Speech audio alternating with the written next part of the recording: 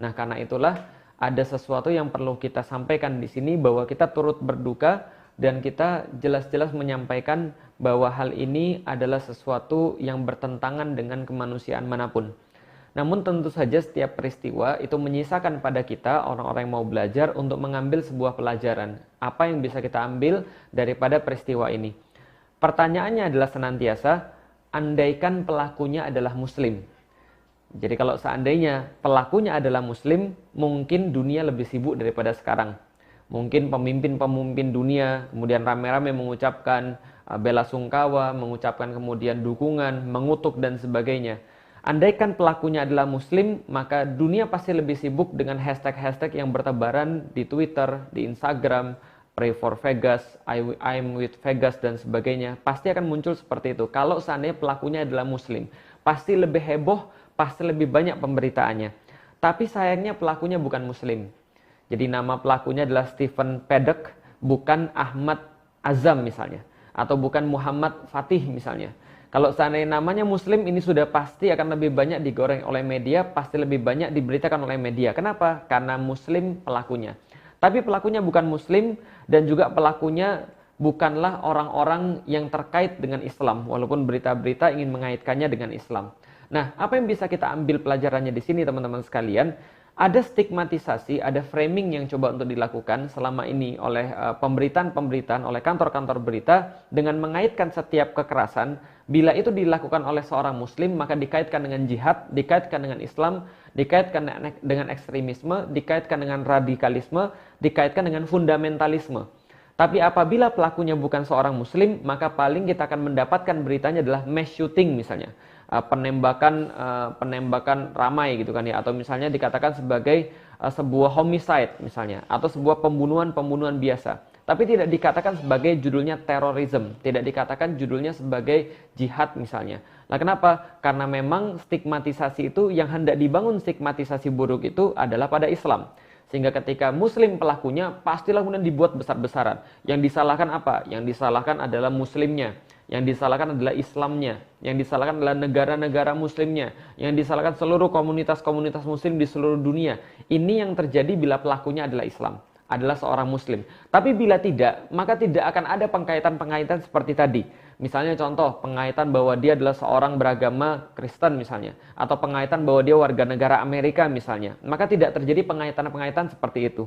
Dan satu lagi yang menarik adalah, ada satu angle yang harus teman-teman ketahui, bahwa kadang-kadang kita membenci sesuatu itu berdasarkan anggapan dan berdasarkan perasaan, bukan berdasarkan fakta.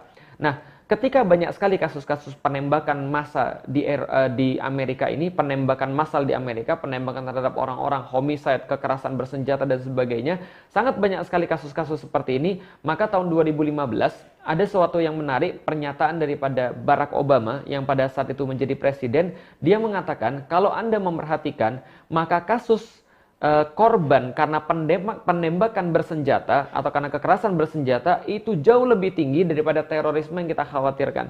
Artinya, bila seluruh rakyat Amerika, bila seluruh dunia kemudian membenci terorisme dan senantiasa menstigmatisasi itu pada Islam, dan mereka membenci itu karena mereka membenci kekerasan, mereka membenci sesuatu yang dialamatkan terhadap kemanusiaan, maka seharusnya mereka lebih membenci kejadian-kejadian seperti ini berkali-kali lipat. Mengapa? Data membuktikan seperti itu. Ada lembaga-lembaga yang menghitung akhirnya berapa sih kemudian yang meninggal karena faktor terorisme seperti yang mereka anggap, serangan-serangan terhadap 911 dan sebagainya. Lalu kemudian berapa yang meninggal karena kekerasan bersenjata. Ternyata mereka mendapatkan betul angka itu jauh berlipat-lipat lebih banyak akibat kekerasan bersenjata yang merupakan ekspresi daripada kebebasan yang mereka anut.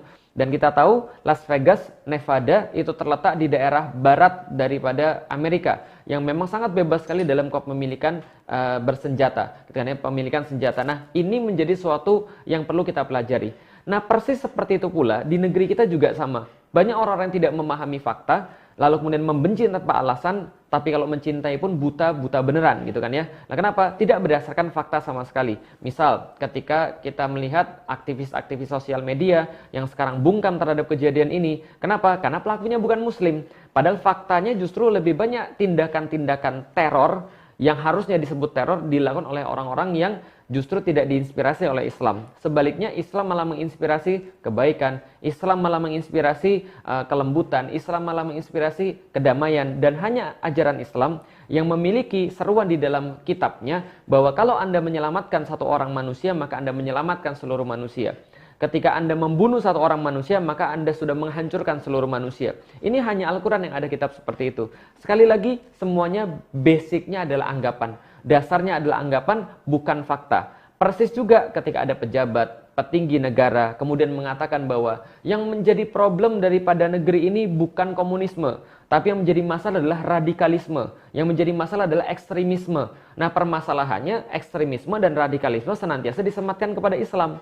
Islam yang menyelamatkan negeri ini berkali-kali, Islam yang menjadi dasar daripada pembentukan negeri ini, Indonesia yang kita cintai ini, ternyata kemudian seolah-olah dijadikan vis-a-vis, berhadap-hadapan. Gitu kan ya, seolah-olah mau pilih yang mana. Padahal Islam justru yang menjadi inspirasi berdirinya negeri ini. Islam yang menjadi inspirasi tentang seluruhnya di negeri ini. Nah, maka ini pun adalah sesuatu anggapan yang salah. Apalagi ketika mengatakan bahwa terorisme itu datangnya dari negeri sendiri. Masya Allah. Coba tengok baik-baik faktanya, coba lihat baik-baik datanya, justru kita ditunjukkan bahwa sesungguhnya negeri ini sama sekali tidak ada akar dengan kekerasan. Sebab mengapa? Karena negeri ini dibentuk dengan keislaman yang sangat luar biasa. Orang-orang di negeri ini mulai sadar dengan keislamannya, bangkit dengan keislamannya. Andaikan Islam mengajarkan terorisme, andaikan Islam mengajarkan kekerasan, tentu kita sudah tidak bisa melihat minoritas-minoritas di negeri ini.